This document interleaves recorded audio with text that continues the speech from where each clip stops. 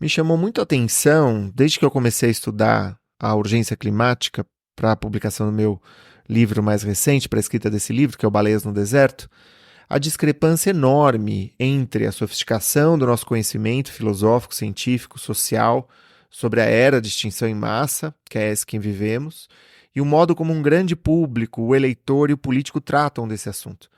São espaços afetivos, discursivos completamente diferentes e que se comunicam muito pouco. É como se o mundo fosse uma escola, tivessem tocando fogo nas carteiras, no segundo andar, enquanto a gente está refugiado, recolhido na biblioteca da escola, né, discutindo a ordem dos parágrafos de um panfleto sobre cultura de paz.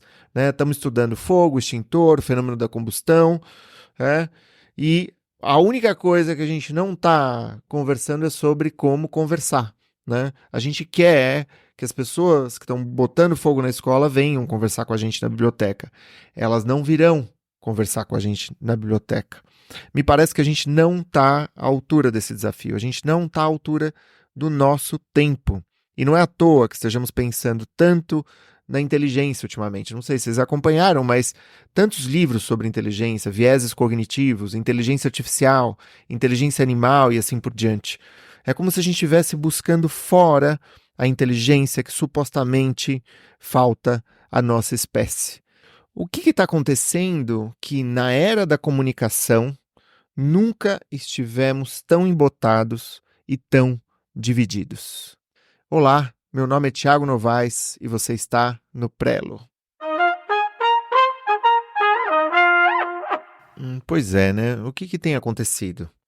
O que está acontecendo que na era da comunicação nós nunca estivemos tão embotados e tão divididos, né? Por que a gente está, no fim das contas, vivendo numa era de afasia social? A partir do momento que você faz graduação, mestrado, doutorado, escreve livros e não consegue convencer o seu próprio pai daquilo que é mais importante, você tem aí uma fissura social. E aí me parece que falta um conhecimento de fundo, um consenso mínimo, se a autoridade universitária, que se tornou no imaginário de uma certa camada da população um lugar de domesticação ideológica, e se o método científico parece visto por essa camada da população como uma espécie de mitologia, de firula, a fonte do conhecimento, o lugar da verdade, se diluiu, e se diluiu completamente.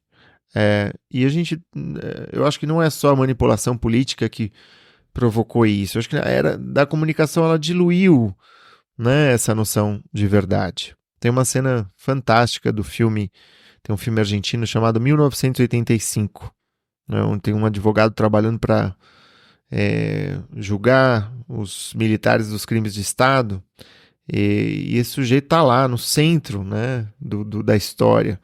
E ele não consegue convencer a mãe, que é amiga dos militares, que vai em coquetéis com os militares, ele não consegue convencer a mãe de que havia terrorismo de Estado no país. Eu acho que a coisa passa por aí, passa por esse pequeno detalhe, por essa vírgula dentro do nosso discurso, que talvez não esteja recebendo o cuidado e a reflexão devida, E quanto mais você estuda a comunicação, essa capacidade de você conversar com alguém, de você ser ouvido, da pessoa compreender aquilo que você está falando, dela refutar, questionar, apresentar contrapropostas, e transformar isso num diálogo verdadeiro. Quanto mais você estuda isso, você começa a problematizar a expressão comunicação, Me parece que o problema maior está na dinâmica de grupo e da sociedade de um lado, e na transmissão do outro, Não se trata de comunicação, se trata do que ela deixa de fora, o que ela toma como certo, nessa, é, nessa fórmula emissor, receptor, mensagem, que é uma fórmula muito matemática e que não acolhe o fenômeno, Ou seja, é o que essa ideia de comunicação ignora no âmbito dos afetos. Quando a gente fala, e aí quem lê o meu livro está mais familiarizado com esse tema, é, que tem algumas reações possíveis, né? A urgência climática. Você tem um fenômeno que é a denegação. O sujeito fala, não, isso não está acontecendo, não está esquentando não. Olha só que frio que está lá fora, né? Que é uma maneira de não fazer nada. Você tem o otimismo, que é, nossa, não, os cientistas vão dar conta do recado, eles vão inventar algum aspirador de emissor, né, de gás carbônico e tal, que é uma outra maneira de não fazer nada. E o pessimismo, que seria a ideia de, nossa, não, já é tarde, né, nossa, perdemos o bonde e é a esperança da história, que é uma outra forma de inação. Ou seja, são três formas de recusa e inação: a denegação, o otimismo e o pessimismo. E aí a gente vai vendo que não adianta você criar um método relativamente confiável de conhecimento. Não adianta sistematizar isso numa comunidade científica, apesar de todos os esforços e reconhecendo esses esforços, não adiantam as provas e os experimentos, não adianta comunicar isso por meio de artigos e entrevistas. Ou seja, com tudo isso é preciso mais, né? E é preciso mais em dois âmbitos muito importantes. O primeiro âmbito é um âmbito político, ou seja, não adianta nada disso se a gente não oferece uma educação pública de qualidade para a população, né, de uma forma universal, né? E eu acho que só há democracia quando isso acontece, é universalizar esse conhecimento, né? Regulamentar os meios de comunicação para evitar que a sanha dos monopólios, dos oligarcas, se aposse dessas noções de verdade, subverta essas noções de verdade, né? Consuma esse processo, esse diálogo, né? E tem um outro lado que nos interessa a nós escritores, que é, vamos dizer, como pensar na mensagem mesmo, né? O que a gente pode, em termos de comoção, de patos, né? Que a gente pode conduzir, transmitir por meio do nosso livro. Então, no meu livro, o que eu faço é um apelo, de algum modo, à curiosidade, né? Ao invés de você ficar com medo, reativo, e não querer olhar para o problema, eu tento puxar a sardinha para aquilo tudo que a gente desconhece nesse mundo e que é incrível, né? Que tá na ordem da biologia, está na ordem da psicologia e assim por diante, né? Eu recorro à experiência infantil, eu recorro a uma conexão espiritual com algo que nos transcende, com algo maior do que nós, né? Ou seja, essas foram maneiras que eu encontrei, né, depois de uma reflexão e de uma tentativa de chegar nas pessoas, né? E num segundo momento, eu acho que a gente pode discutir um tema que eu acho muito interessante, acho fascinante, mas vamos dizer, um parênteses, né? Abrir esse parênteses que tem a ver com, né, como que no nosso tempo essa ideia de verdade está muito encapsulada em grupos, né? Em tribos.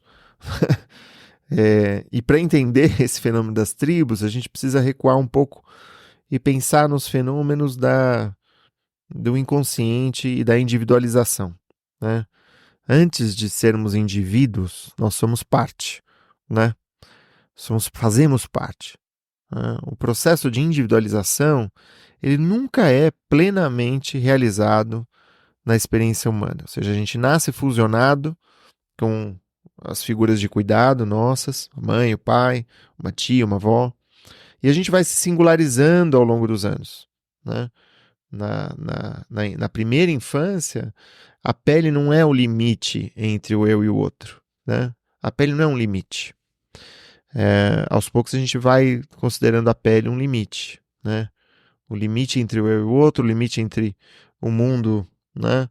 E o meu corpo, a minha fisiologia e assim por diante, né? A gente nasce fusionado com essas figuras de cuidado e a gente vai se singularizando. E essa singularização nunca é total, a gente permanece na nossa estrutura psíquica alguns estratos que são indiferenciados, não são diferenciados da personalidade. Isso para dizer que nós somos muito suscetíveis ao outro, né? Ao grupo, à comunidade, à tribo, né? E que tem todo um esforço de construção de uma vida independente do mundo. Numa sociedade em crise, com a ideia de cuidado, é, o individualismo ele se torna um valor absoluto, né? Hoje em dia a gente tem, na ideia da individuação, uma ideia de felicidade, né? Somos mais felizes, somos mais bem-sucedidos quanto mais distância a gente conseguir construir, né, entre a minha pessoa e todo o resto. Então, uma casa silenciosa, um espaço pessoal grande, né, distância, uma casa na praia, uma casa no campo, uma casa grande, um carro grande, um isolamento, né? E isso vai, né? O cúmulo disso é um multimilionário que tem como desejo sair do mundo, ou seja, fugir do planeta, construir uma nave, né? Construir uma colônia no espaço. O sujeito é ultrapoderoso, ele não quer salvar o mundo, ele quer se livrar dos problemas do mundo. Ou seja, a saída parece sempre individual, né? Ou seja, eu e minha família. Nos filmes que a gente assiste de apocalipse e tal, é sempre a família que se salva, é sempre o indivíduo que se salva, né? Nunca tem uma esperança, uma fé no coletivo, na comunidade. É quase risível isso, né? É, a família ela se torna no nosso tempo um valor supremo, né? Por conta disso. A família ela se opõe à política, né? Parece que é só o que nos resta, uma narrativa ficcional onde a família é a redenção possível. Pois é, esse discurso ele é parte da erosão, né, que a gente vive hoje em dia, né? E o Estado moderno, a instituição, né, o Estado, o governo, né? Lá o Palácio do Planalto, o Palácio da Alvorada, é tudo muito recente, né? É tudo muito recente. A ideia de democracia, de constituição, de você ter uma carta com leis que vão reger as diferentes tribos, né, de um país, as diferentes culturas de uma cultura, né? É algo que a gente ainda está tentando implementar, né? E ainda está num âmbito ideal. A gente tem como parte da nossa carga genética evolutiva um funcionamento cerebral que não é a do Estado moderno, que é a da tribo, né? Então, quando a gente está em crise, quando a gente está enfrentando um momento de insegurança, de instabilidade ou de excesso de aglutinação social, a gente volta para a tribo, né?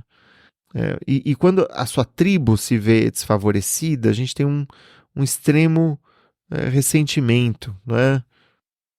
A, a ultradireita, a conhecida ultradireita, ela tem como princípio a falência da política, né? O que é a falência da política? É o retorno à tribo, é um retorno ao pensamento tribal, é um retorno aos conflitos tribais, né? Porque desse modo eu consigo jogar uns contra os outros, eu consigo manipular uma turma contra a outra, né? A outra direita, na verdade, ela tem uma flexibilidade muito grande em relação ao que ela acredita, porque ela não acredita muito em nada. Eles chegam a tirar sarro, a se sentir muito orgulhosos, né, de como eles podem dizer uma coisa numa semana e na semana seguinte inverter a lógica, né, para seguir as suas manipulações e aos seus preceitos, né? É, a grande pergunta que a gente tem que se fazer é como que a gente luta de modo eficiente numa sociedade como essa? Como é que a gente vai salvar o mundo numa sociedade como essa, né? Tem um pensador, um sujeito chamado Robin Dunbar, era um antropólogo britânico, e ele tem um artigo muito influente onde ele vai defender que os seres humanos eles atingem um teto cognitivo quando eles mantêm por volta de 150 relacionamentos. 150 relacionamentos era um número derivado dos grupos sociais nos quais a gente evoluiu.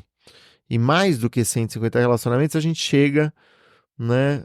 O neocórtex nosso chega num limite, bate num limite. Tanto que isso foi um problema, né? No Facebook, lá por volta de 2006, 2008, chegaram num platô de crescimento. Foi quando eles começaram a estimular que a gente não fizesse amizade só com nossa comunidade, mas com os amigos dos amigos, os amigos dos amigos dos amigos, com instituições, que a gente participasse de grupos com milhares de pessoas, porque aí você era estimulado, né, a expandir, a exponencializar, né, ainda que isso viesse às custas de um empobrecimento da intimidade, né, do aplicativo, né. Tem uma pesquisa que foi feita com macacos rezos, né, que são, vamos dizer, primos nossos, né, evolutivos, onde você força animais a participarem de grupos maiores de 150 amigos, né, 150 amigos, 150 relacionamentos. E os macacos ficam mais agressivos, eles ficam mais desconfiados, eles ficam mais violentos.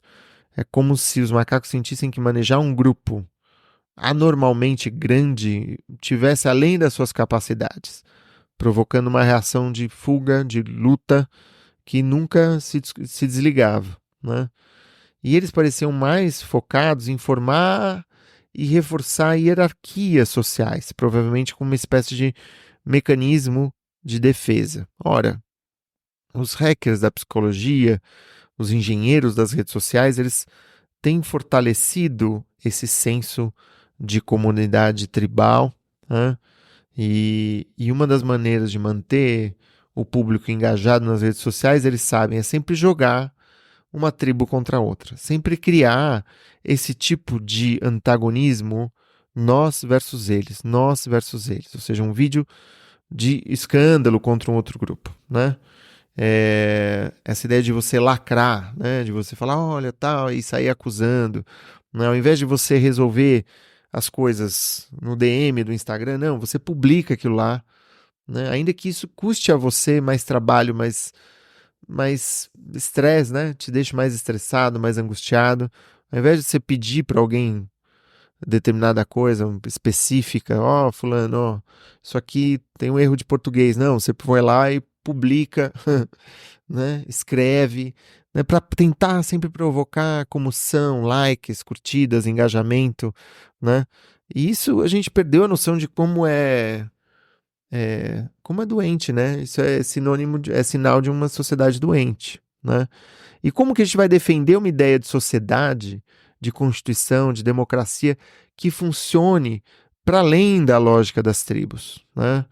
No momento em que o mundo vai derretendo, né, literalmente derretendo, com invernos que parecem verões, com verões que vão se tornando inabitáveis, a gente perde a base para atuar, né? E a democracia é o único lugar que eu tenho alguma liberdade de interferência, alguma esperança de mobilidade social.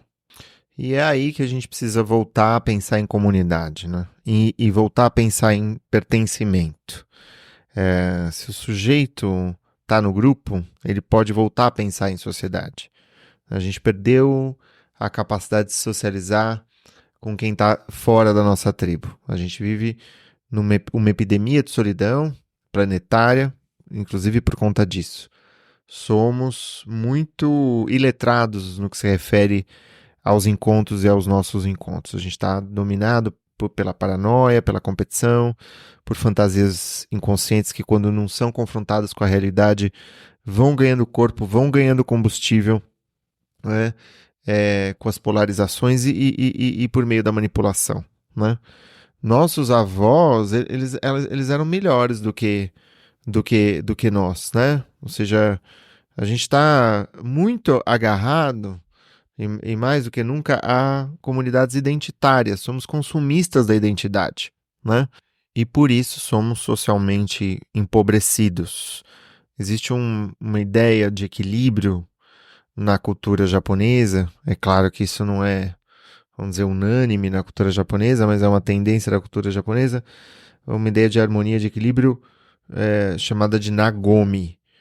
Equilíbrio em japonês, né? Harmonia e equilíbrio. Para a sociedade japonesa, existe esse princípio de que a harmonia familiar é mais importante do que você convencer os membros da sua família de alguma convicção própria, né?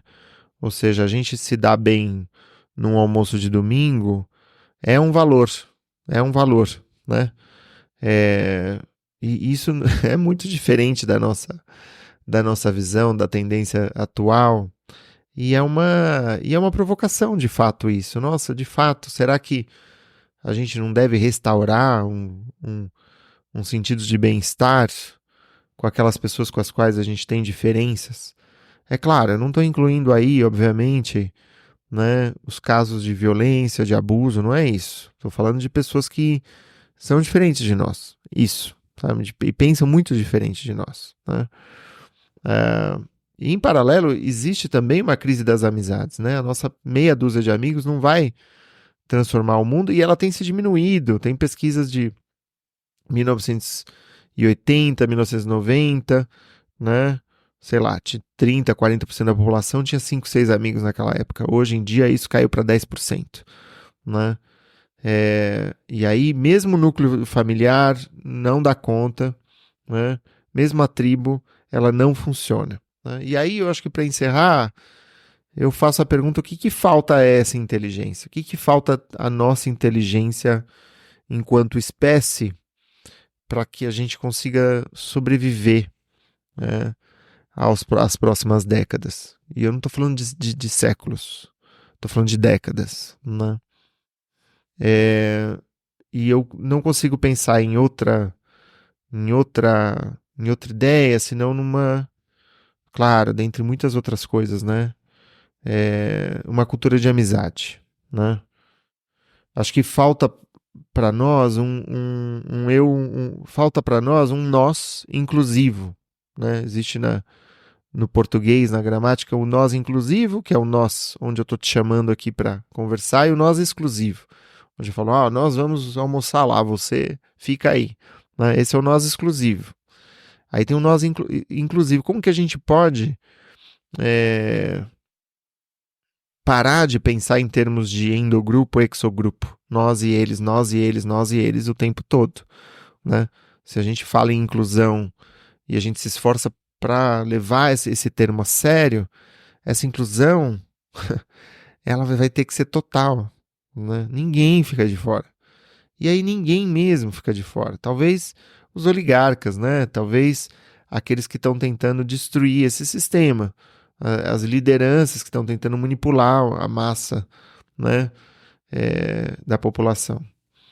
É, eu acho que, em segundo lugar, eu acho que falta um certo acolhimento consciente do nosso impulso agressivo. Eu acho que as forças progressistas elas têm recalcado, né? Um, a agressividade que, de algum modo, faz parte, né, da espécie humana. Só que a gente precisa de destinos, né, saudáveis para a nossa pulsão de morte, para aquilo que a psicanálise chama de pulsão de morte. Vou dar um exemplo disso. Parece que todo discurso, né, voltado para a ecologia é um discurso voltado para uma ideia de harmonia total, né, de um eco-amor, né, que não existe na natureza, né? Esse resgate do mito do bom selvagem, né, essa ideia de que, né, os povos indígenas eles eram naturalmente preservacionistas, não corresponde à história, né? Eles são preservacionistas porque o seu grau é, de consumo, de depredação da natureza, ele era é, alinhado com, vamos dizer, o ritmo de reconstrução dessa natureza. E mesmo assim com limites. A megafauna americana, ela não sobreviveu à ocupação é, pré, pré-europeia, né, na América. Ou seja, os, os bichos preguiças gigantes, aquela megafauna incrível que a gente nunca viveu e nunca, né, que a gente só vê por meio dos fósseis e da reconstituição, né, arqueológica, elas se extinguiram em razão, né, da ocupação a partir do momento em que, né, os seres humanos, né, a nossa espécie entrou na América. E eu acho que é isso. A gente vai precisar, de algum modo, acolher esse impulso também, né? Em terceiro lugar, e aí eu tô sendo super freudiano, tá? É, é isso. Eu acho que nenhuma perspectiva açucarada, né? Nenhuma, nenhuma cosmovisão açucarada, nenhuma nova ideologia que dê conta de preservar a civilização vai dar, vai poder ser açucarada. Não vai dar, porque não condiz com a realidade. Em último lugar, eu acho que a ideia de voltar a amar o espaço público, né? As causas públicas, a educação pública, a saúde pública, né? Sair da política competitiva, né? Durante muito tempo as pessoas interpretavam a lição do Darwin como uma luta pelo mais apto, né? Ora, não se trata. E hoje a gente vê que não se trata do indivíduo mais forte, mas do grupo mais forte. Incorporar a ideia da Margulis de uma cientista fantástica de simbiose, né? Incorporar essa ideia de se sentir parte, né? É, e transformar o ódio em política de aproximação, né? Da política do binarismo na política em amizade, né? A política sempre foi a arte do dissenso, não do consenso, né? Enquanto a gente ficar operando no campo do ódio, a ultradireita vai ganhar, né? Enquanto a gente operar no campo do ódio, odiar o outro, falar mal do outro, zombar do outro, a ultradireita vai ganhar munição, porque essa é a arma da ultradireita, né? E aí é isso, assim, né? Muita gente pergunta como que a gente vê o futuro, quais perspectivas que a gente tem. E é um pouco como na área da saúde, você tem as recomendações com o sujeito quando ele ainda está saudável, quando ele ainda não acabou com a saúde dele.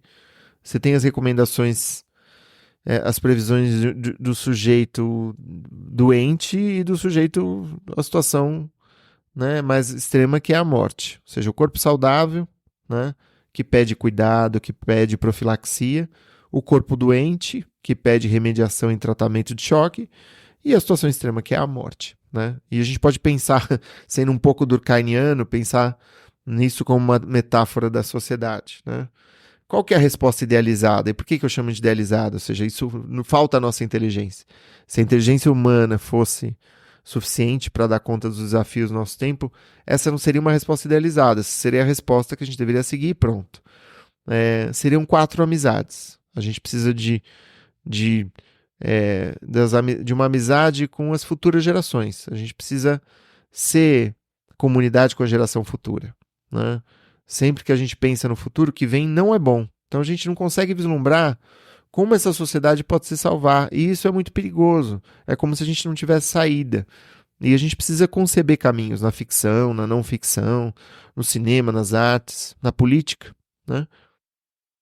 Na escola, nos jornais, né? As pessoas elas não têm pensado tanto, né? Elas têm repercutido discursos. A gente precisa voltar a pensar, voltar a ser criativos, né? Em segundo lugar, a gente precisa de amigos no nosso tempo, não só com as com gerações futuras. A gente precisa voltar a ser comunidade com a geração presente, vencer os ressentimentos, as antipatias, voltar a prosear na porta de casa, ocupar o espaço público, acreditar num coletivo, amar a política, organizar manifestações. A gente precisa amar o dissenso de novo e sim combater com ferocidade todas as forças que procurem diluir esse movimento, né? Em terceiro lugar, a gente precisa de uma amizade com as outras espécies para tentar resgatar essa inteligência do animismo que a gente perdeu. Que aí sim é uma grande contribuição dos povos indígenas, né? E o que vai tornar possível que a gente entenda a inteligência dessas espécies também, né? A possibilidade de construir empatia, de criar fábulas, né? Se a gente não considerar os outros integrantes da natureza como outros, se a gente só considerá-los como commodities, como produtos, como objetos, a gente vai se extinguir, né? Sobrevivem alguns de nós, talvez, e que vão sobreviver ali muito mal, né? E para isso a gente precisa aprender com outras formas de inteligência.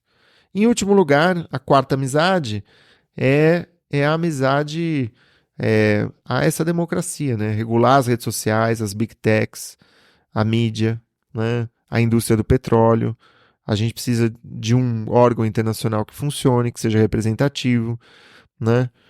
E é o tipo de coisa que só as instituições do Estado podem fazer. Não tem como o anarquismo, o anarcocapitalismo fazer, né? Acho que é mudar os índices, ou seja, o crescimento econômico não pode ser um valor supremo. Tem que acabar. A PIB não fala de saúde, não fala de justiça, não fala de distribuição de renda, né?